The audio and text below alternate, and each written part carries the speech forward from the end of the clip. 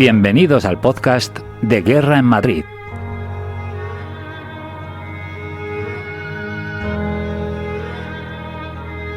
¿Qué tal, amigos? Bienvenidos, bienvenidas a un programa más de Guerra en Madrid, el único podcast que habla exclusivamente de la Guerra Civil Española.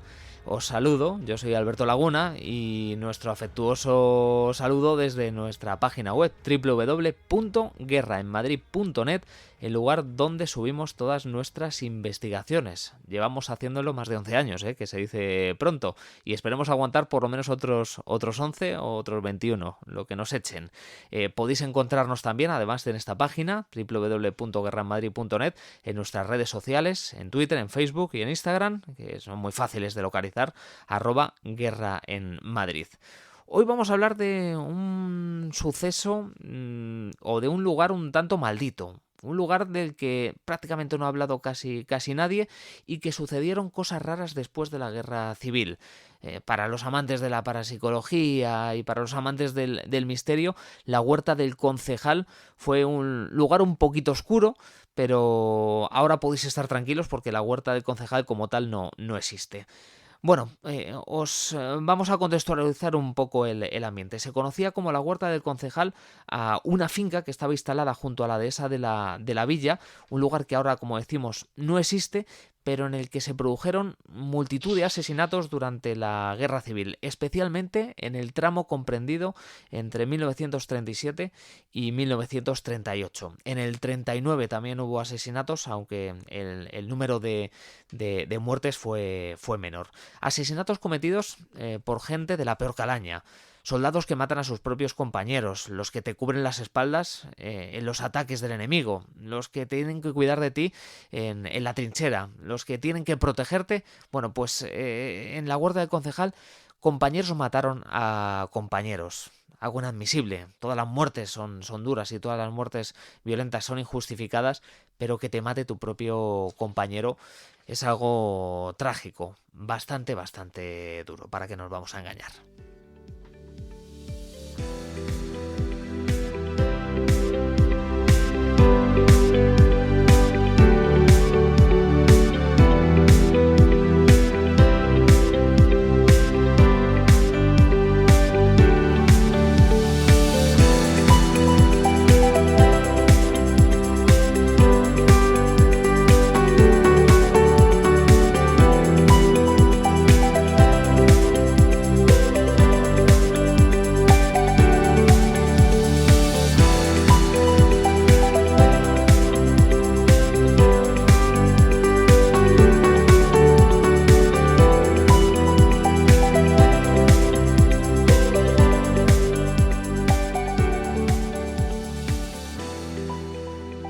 Lo que os decíamos antes, de la Huerta del Concejal ya no queda absolutamente nada. Podemos ubicarla ahora mismo en la dehesa de la villa, junto a las calles, tomar buena nota si sois de Madrid, Isla de Oza, Avenida de Trajano, Antonio Machado, Isla de Alegranza y la calle Federico Carlos Sainz Robles. Yo creo que pertenecen todas ellas al barrio de Valdezarza, en todo caso a Peñagrande, y esta Huerta del Concejal, digamos que estaba muy cerca de lo que seguro que lo conocéis ahora mismo, del Instituto de la Virgen de la Paloma, ¿no? Era una zona de recreo en los años 20 y 30 para los madrileños. Era una zona a la que solían acudir, sobre todo en primavera y verano, buscando el fresco. Estaba en la zona norte de la región, había mucha sombra porque estaba repleta de pinares, había huerta, había un pequeño canal que recorría de norte a sur la Huerta del Concejal y había un merendero, además de un restaurante que se conocía con el nombre de Monte Carlo, donde además se celebraron algunas comidas importantes por parte del Consejo de Administración de Bancos y demás. Era un sitio bastante conocido. Tenemos que apuntar también un dato importante. La Huerta del Concejal no pertenecía al término municipal de Madrid, sino que pertenecía a Fuencarral, que por aquel entonces, antes de empezar la Guerra Civil, era un municipio independiente. cercano, pero independiente a Madrid. Y dentro de ese municipio de Fuencarral había varios barrios. Bueno, pues esta huerta, esta finca de la Huerta del Concejal, pertenecía al barrio de Valdeconejos, que quizás os suene un poquito más. Aunque estaba en otra localidad, en otro municipio diferente a Madrid, todos los madrileños sabían dónde estaba la Huerta del Concejal y era habitual que en las tardes de verano, pues cientos de madrileños fueran en transporte público en sus coches, los que tuvieran, pues a disfrutar de ver caer la tarde. Llegó a ser tan famosa la Huerta del Concejal que en el año 1924 se planteó la construcción allí de unos campos elíseos. Los campos elíseos de la dehesa de la Villa se iban a llamar, ¿no? Fue un proyecto muy ambicioso, puesto en marcha por el duque de Astorga, que pretendía construir allí, bueno, pues una zona de ocio muy grande, con un campo de fútbol, atención, para 20.000 plazas e iluminación nocturna, casi nada el aparato, una plaza de toros con capacidad para 40.000 personas, una piscina de 66 metros de largo y un estanque de 3.000 metros cúbicos en el que se instalaría un restaurante con forma de transatlántico, que iba a emular a los clásicos transatlánticos que cubrían los viajes por el Atlántico hasta América, ¿no? Allí se iban a organizar banquetes, fiestas con orquesta y demás. Bueno, pues este proyecto no salió adelante, era muy ambicioso, me temo que era demasiado ambicioso y por entonces España no tenía muchas perras, no salió adelante. A pesar de ello, la Huerta del Concejal, antes de que empezara la Guerra Civil, años 30, seguía siendo un lugar bastante conocido y frecuentado por los madrileños.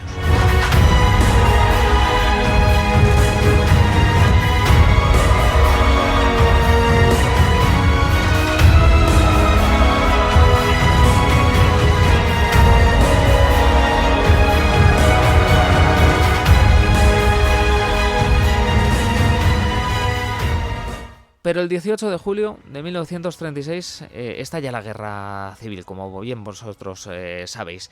Y esta huerta, esta finca de la dehesa de la Villa, es escenario de muchas cosas y ninguna de ellas buena, ¿no? Por ejemplo, el 17 de agosto se produce en los cielos de la dehesa de la Villa un combate aéreo entre dos cazas republicanos y un caza nacional sin consecuencias. Pero bueno, ya se palpaba la tensión y ya la gente que estaba por ahí por la dehesa de la Villa y por la Huerta del Concejal sí que presenció un combate, ¿no?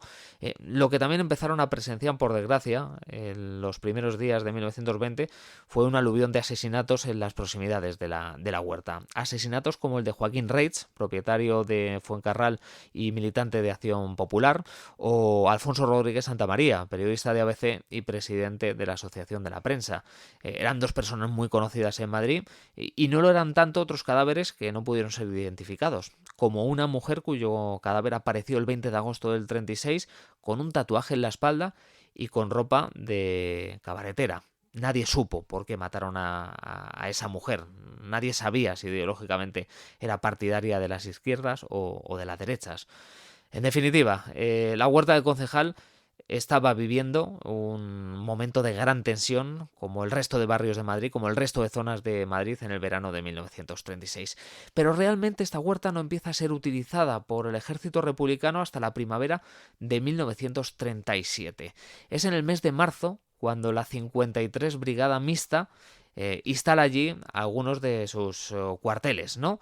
Esta 53 Brigada Mixta era puramente comunista, la dirigía Vicente López Tobar, un antiguo fotógrafo nacido en Cuba, pero criado en Barcelona y Valencia.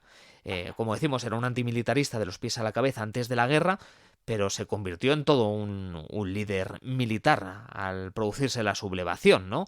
Le calificaban como un héroe en los combates de la Sierra de Guadarrama, brilló en Jarama, hasta el punto de que el coronel Vicente Rojo, este sí que era militar profesional, dijo, aunque usted no tenga conocimientos militares, pero por su valor y la capacidad que tiene de organizar, usted se merece dirigir una brigada mixta. Y le encarga dirigir la 53 Brigada, que como decimos, la ideología mayoritaria era comunista. Esta 53 Brigada estaba formada por 4 batallones que cubrían la Casa de Campo, la Cuesta de las Perdices y la Puerta del Hierro. El batallón 209 de Artes Blancas o de los Panaderos, el batallón 210 o batallón deportivo, el batallón 211 formado puramente por catalanes y el batallón 212 formado por andaluces y especialmente por malagueños que habían huido de la ciudad de la Costa del Sol tras la caída en manos de Franco.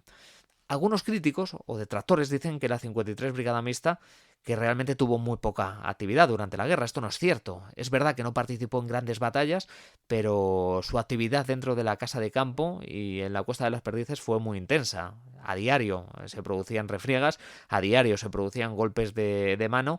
Quien quiera criticar, puede criticar, pero con datos encima de la mesa, ¿no? En el Archivo Militar de Ávila aparecen reflejado el diario de operaciones de esta 53 Brigada y doy fe de que realmente estuvo muy activa en la casa de campo. Ahora quiero que cerréis los ojos y que viajemos nuevamente al pasado y que nos metamos en uno de estos batallones, que luchaban en la casa de campo, en concreto en el batallón 209.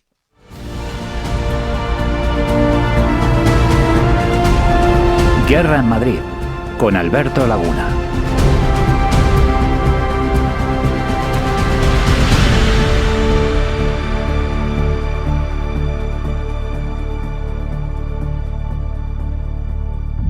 Os voy a presentar a un soldado de este 209 batallón.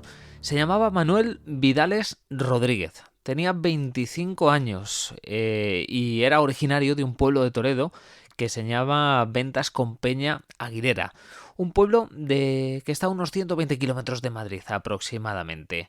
Era un chaval, como decimos, de 25 años, hijo de una familia de clase media alta del pueblo, que había sido testigo de cómo habían asesinado en su pueblo, como las milicias revolucionarias al principio de la guerra habían asesinado hasta 34 personas, incluidos los líderes locales de Falange, el sacerdote y algunos propietarios de esta localidad, ¿no? Bueno, no fueron a por él inicialmente. Desde antes de la guerra no había mostrado simpatía ni hacia ideológicas, ni hacia las derechas, ni hacia las izquierdas, pero se sintió en cierta manera señalado, ¿no? Así que sin pensarlo un instante, cuando su quinta fue llamada a filas, pues él fue casi de los primeros, junto con otros vecinos de este pueblo, de Ventas con Peña Aguilera. Pues tuvo la buena o la mala suerte, supongo que mala, y luego os entenderéis el porqué, de que fue enviado directamente hasta la 53 Brigada Mixta. Fue destinado en concreto, ¿no?, a esta unidad de choque. Primero se tuvo que inscribir, le tuvieron que hacer su ficha y tuvo que registrarse, por decirlo de alguna manera, en la sede de esta brigada, que estaba situada en la Plaza de Colón de Madrid, en concreto en el Palacio Duque de Medinaceli, que había sido requisado por el Partido Comunista y que se había convertido en esos instantes, en abril de 1937, en la sede de esta 53 Brigada. A él le mandaron directamente hasta la huerta del concejal, pero le mandaron al principio pues para tener formación militar, aunque él sabía disparar. Él durante gran parte de su vida se había dedicado a la caza, con su familia, con sus hermanos, con su padre y demás, pues necesitaba tener una ligera formación militar. Estamos hablando de 2-3 semanas, tampoco mucho más. Pues en esa huerta del concejal se realizaron las primeras maniobras militares antes de que lo envíen a una unidad de choque, a la casa de campo. Insisto, estamos centrando el foco en un personaje, Manuel Vidales Rodríguez, en un chico de 25 años, personaje 100% anónimo. Si buscáis por internet no encontraréis absolutamente nada de él. Nuestro podcast y nuestro blog, como bien sabéis, se dedica a la gente anónima.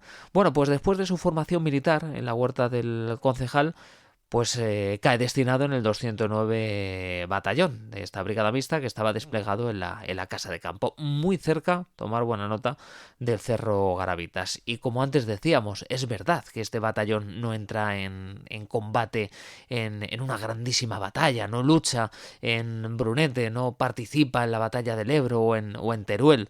No, pero sí que está permanentemente posicionado en la casa de campo. Y la casa de campo es un lugar que puede ser realmente peligroso para un chaval de 25 años y para una unidad republicana también, obviamente, para las unidades nacionales, ¿no? Donde los golpes de mano están a la orden del día, donde los bombardeos de la aviación, más de lo mismo, donde la artillería franquista te está hostigando casi mañana, tarde y noche. O sea que, bueno, ojito con decir que la 53 Brigada Mixta y que el 209 Batallón prácticamente no entró en combate, porque es una gran mentira, ¿no? Por cierto, vamos a decir las cosas como son. Las trincheras de evacuación que elaboraron el batallón 209 y el batallón 210 fueron fantásticas. Todos los heridos eran evacuados a una velocidad tremenda desde las trincheras de evacuación hasta la posición Malma, que era la posición donde estaba instalada la Comandancia de Sanidad de la 53 Brigada en pleno barrio de Fuencarral. Si leéis estudios de índole militar, si os centráis en ellos, llegaréis a la conclusión de que se hizo un gran trabajo desde el punto de vista de ingeniería militar. Esto es una mera anécdota, ¿no?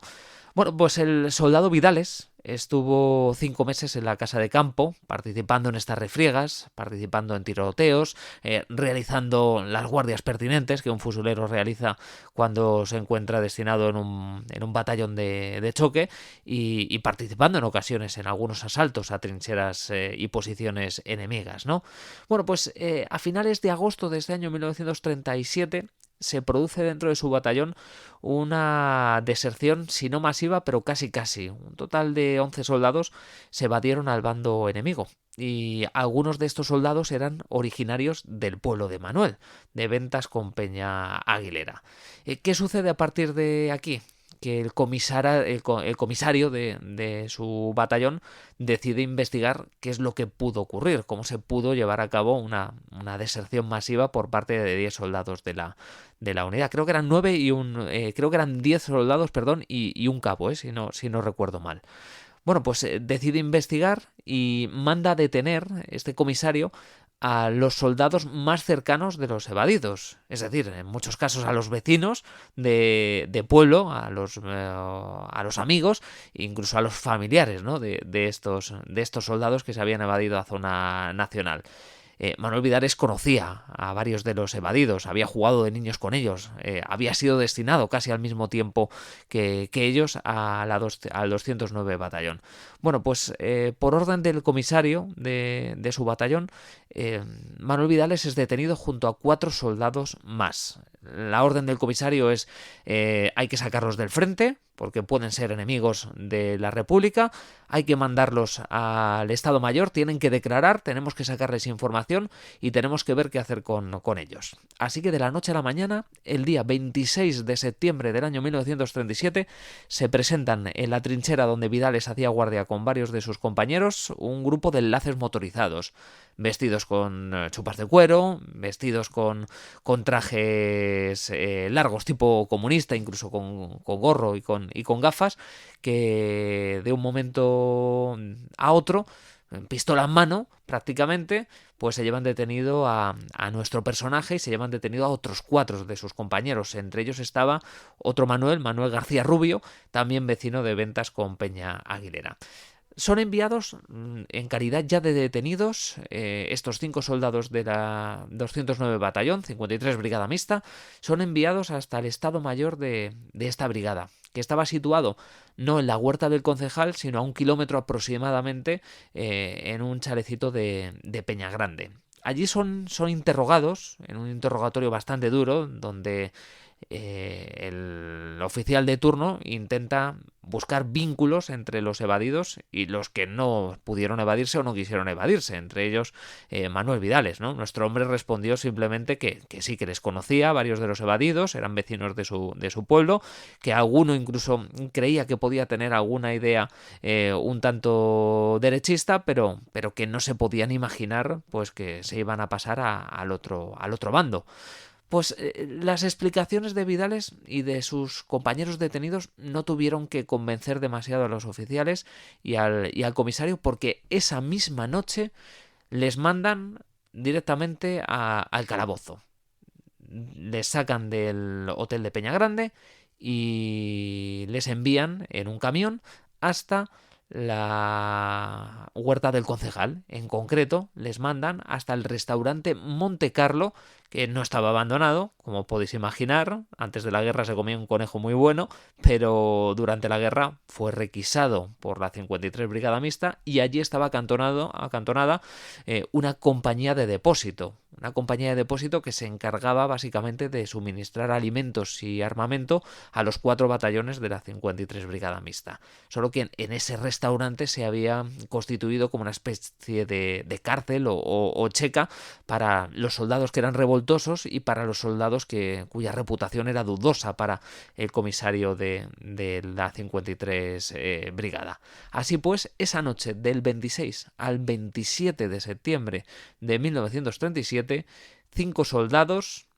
republicanos fueron enviados hasta esta cárcel semiclandestina del restaurante Monte Carlo, Dehesa de la Villa, Huerta del Concejal.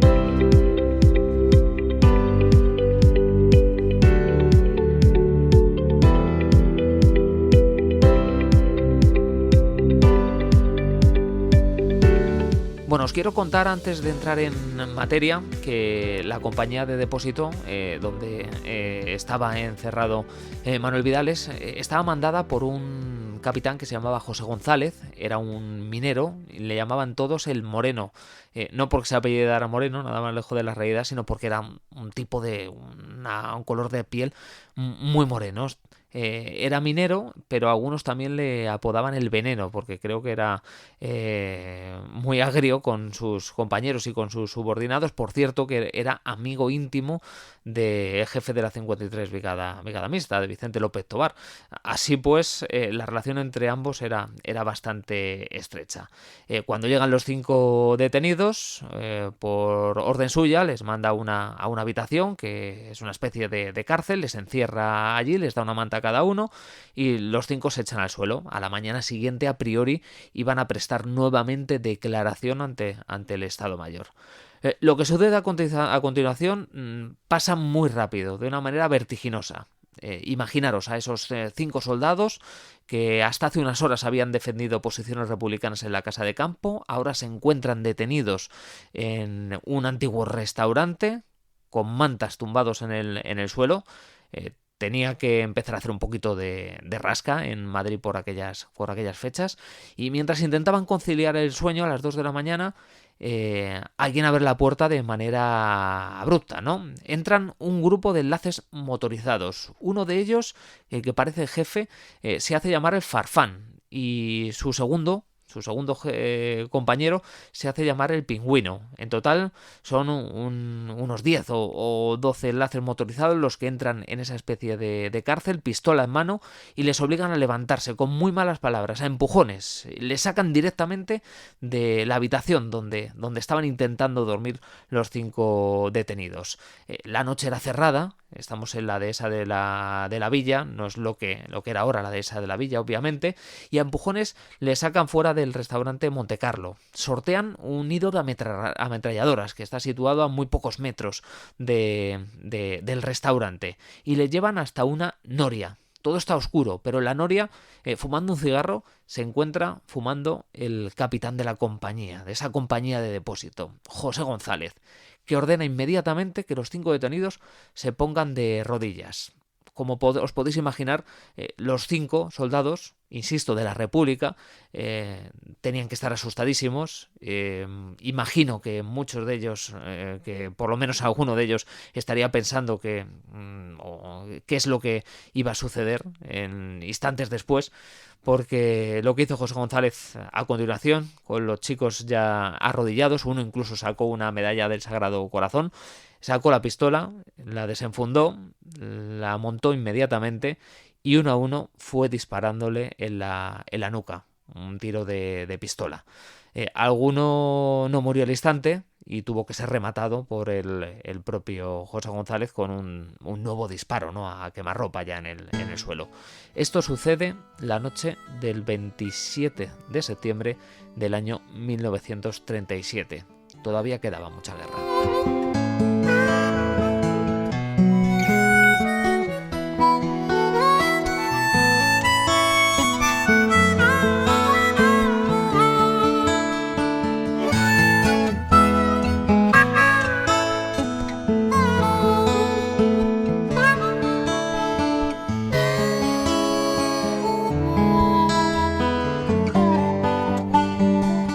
este crimen lamentable sucede en el corazón de la huerta del concejal, en esa noria que luego se hizo muy famosa en la posguerra, donde decían que sucedían cosas raras y que se escuchaban voces, ¿no? No fue el único suceso, obviamente, que sucedió en la huerta del concejal. Una semana después, otros 2 soldados del mismo batallón fueron ejecutados, en este caso muy cerca de la noria, pero de una manera próxima a las antiguas vías del tranvía que unía la dehesa de la Villa con el barrio de Peñagrande. Allí fueron asesinados 2 soldados acusados de tener también relación con los desertores de agosto. Y pasados otras semanas hubo un fusilamiento masivo también de soldados desafectos a la República. En total fueron fusilados también junto a las vías del tranvía un total de 10 efectivos. Estamos hablando de unas 20 muertes aproximadas que nosotros sepamos en la huerta del concejal. Pero hay otra que a mí particularmente me ha hecho pensar mucho y me ha generado pues un revoltijo. Si ya lo tenía, ¿no?, imaginándome o poniéndome en el pellejo de estos chavales, ha habido otra muerte que también me ha llegado profundo, ¿no? Se produce esa muerte de la que os voy a hablar en marzo de 1939. Cuando quedaba prácticamente nada para que terminara la guerra civil. Quiero nuevamente que viajéis al pasado y que os situéis en el día 8 de marzo de 1939. Un día en el que en Madrid se estaban produciendo ya combates encarnizados entre las fuerzas del coronel Segismundo Casado y las fuerzas comunistas que apoyaban a Negrín. Como sabéis, se estaba produciendo en Madrid una especie de revuelta liderada por el coronel Casado para intentar liquidar la guerra cuanto antes. Negrín y los comunistas, que pretendían aguantar hasta casi el inicio de la Segunda Guerra Mundial, no estaban dispuestos a tirar la toalla tan pronto, ¿no? Bueno, pues coincidiendo con estas fechas, el Alto Mando Nacional decide realizar una operación de tanteo sobre Madrid. En concreto son las divisiones 16, 20 y 18 las que deciden acercarse a las líneas enemigas, intentar conquistar unas cuantas trincheras republicanas e intentar llegar a Madrid. Antes incluso de que Franco diera la orden, ¿eh? No sé si es que cada uno de los coroneles que mandaba una de estas divisiones quería apuntarse el tanto de haber sido el primero en llegar a Madrid, pero se organiza una operación de tanteo sobre las líneas republicanas, mientras en el interior de Madrid luchan entre sí los propios componentes del bando republicano. Bueno, pues esta operación de tanteo, dirigida por el Alto Mando Nacional, se convierte en un auténtico fracaso. Se pensaban que las posiciones republicanas iban a caer enseguida porque no estaban los soldados que la guarecían realmente motivados por continuar con la guerra, pero resulta que el asalto a esas posiciones se convirtió en una carnicería de soldados nacionales, ¿no? Una operación que, como digo, fue un fracaso con 94 soldados muertos, 364 heridos y 57 prisioneros, que se dice pronto. Bueno, pues de esos 57 prisioneros, una veintena de ellos, pertenecientes a la 16 División, fueron conducidos hasta la huerta del concejal. La 53 División, por supuesto que protegió muy bien sus posiciones y capturó por sorpresa a estos soldados franquistas que, como estamos diciendo, fueron conducidos hasta la huerta del concejal. Lejos de lo que muchos puedan pensar, el clima entre los soldados franquistas y los efectivos comunistas de la 53 Brigada Mixta, cuando estaban en la huerta del concejal, fue un clima distendido. O sea, tanto unos como otros sabían que a la guerra le quedaba prácticamente nada para que terminara, ¿no? Entonces, digamos que nadie quería hacer movimientos extraños, salvo el comisario de la brigada, que era un tipo llamado Humanes, que interrogó a los prisioneros. De hecho, en las declaraciones hay alguna firma de Humanes, y que le tomó especial cariño, y lo digo entre comillas, a un cabo fusilero nacional cuya identidad no hemos podido desvelar, pero habla con él durante toda la noche del 8 de marzo. Están hablando, fuman juntos, cenan juntos, intercambian ideas. Estaban los dos en las antípodas ideológicas, pero el clima entre los dos es realmente bueno. O sea, como españoles que eran, hablan de lo que se les viene encima cuando termine la guerra, ¿no? Bueno, pues esto podía significar pues que estaban llegando a buenas posturas unos y otros, porque, insisto, la guerra para todos estaba prácticamente terminada, aunque de manera oficial no había concluido. Bueno, pues este comisario, a eso de las 3 de la madrugada, le sugiere al cabo nacional salir a dar un paseo, a fumar un cigarro y a estirar las piernas. El cabo, que constantemente ha estado con este brigada, no pone ningún tipo de impedimento, le parece bien, de hecho le cae bien el comisario Humanes, y los dos deciden salir a la calle, fuera del restaurante Montecarlo, a caminar, a fumar un cigarro. Bueno, pues pasada prácticamente la noria donde habían sido asesinados 5 de los componentes del 209 Batallón, el comisario saca su pistola y le dispara por la espalda al cabo, asesinándole en el acto. Hay muchas, pero muchas pruebas y declaraciones de miembros de la 53 Brigada Mixta que explican con minucioso detalle cómo se produce este asesinato. Un asesinato completamente injustificado, por supuesto sin juicio, y que carece de sentido. O sea, es matar por matar, insisto, cuando la guerra ya está prácticamente vista para sentencia. Fue enterrado por ahí, que yo sepa no fue localizado el cadáver del cabo, y me gustaría en futuras investigaciones poder desvelar la identidad de este efectivo, que posiblemente sería de Salamanco de Galicia. Entre los 57 prisioneros había muchos salmantinos, había muchos gallegos y algún que otro extremeño. Así que este fue el último crimen que se produjo en la huerta del Concejal durante la Guerra Civil Española.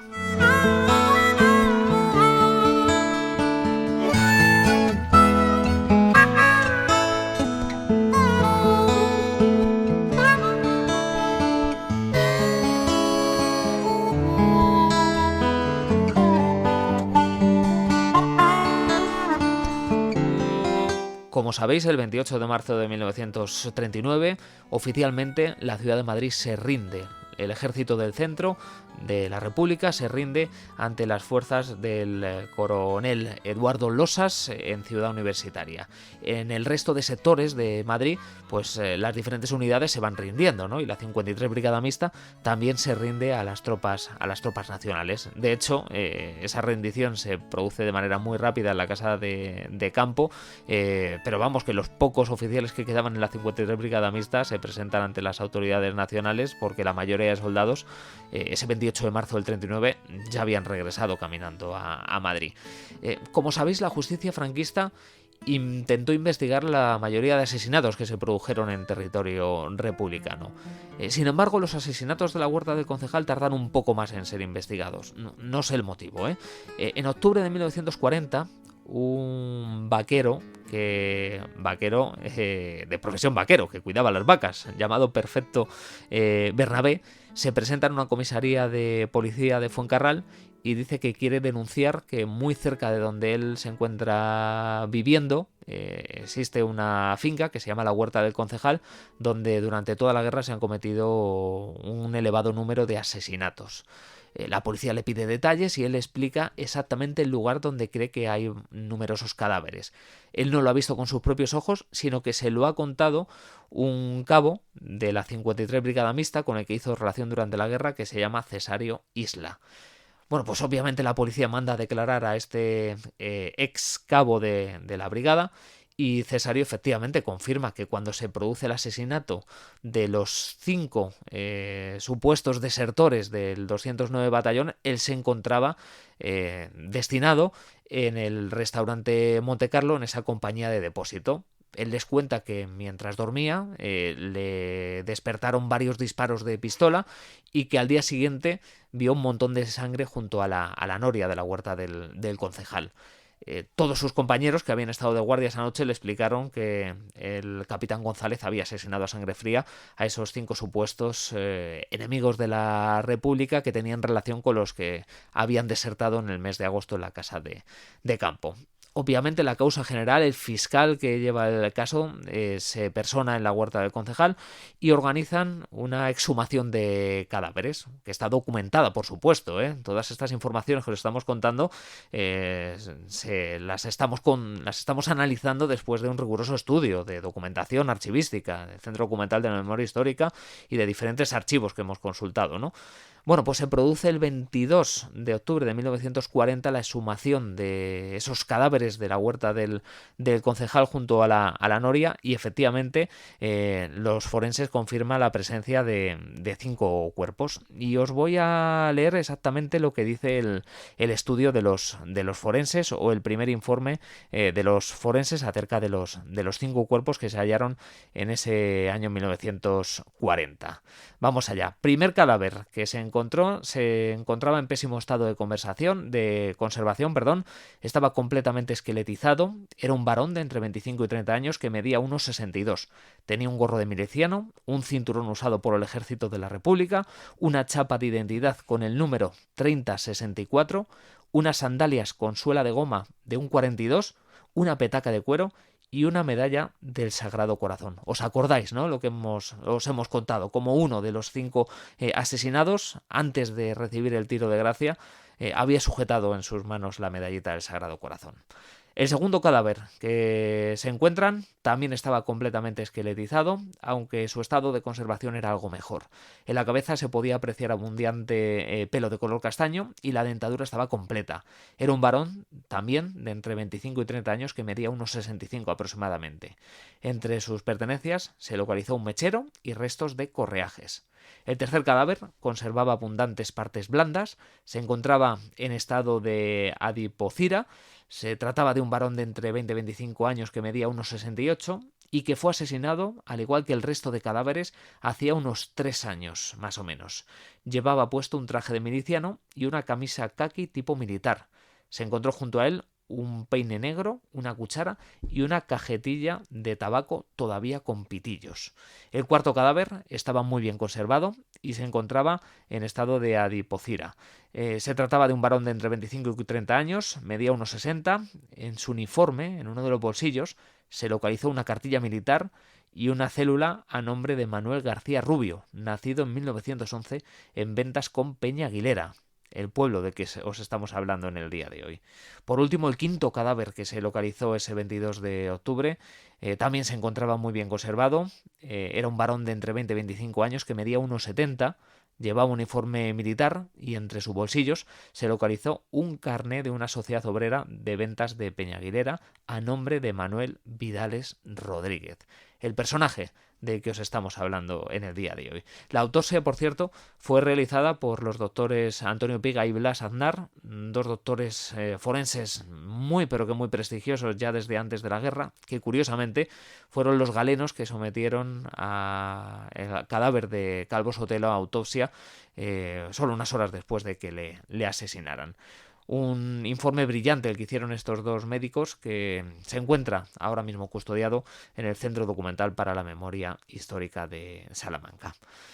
Pues amigos, esta es una historia más de las muchas que os estamos contando en nuestra página web www.guerraenmadrid.net y por supuesto a través de nuestras redes sociales y a través de nuestros canales podcast. Son historias pequeñas, pero que reflejan la crudeza de la guerra civil. Nosotros intentamos contarlo de manera objetiva, después de un estudio bastante minucioso y después de un análisis de toda la documentación que hemos hallado en los archivos, y que creemos que es necesario que se dé a conocer, porque para entender la guerra civil lo mejor es comprender esas pequeñas historias que rodean al conflicto. Muchas gracias por estar ahí, al otro lado de la radio, o al otro lado del teléfono móvil, o al otro lado del ordenador. Un placer, nos escuchamos. Hasta luego. Guerra en Madrid, con Alberto Laguna.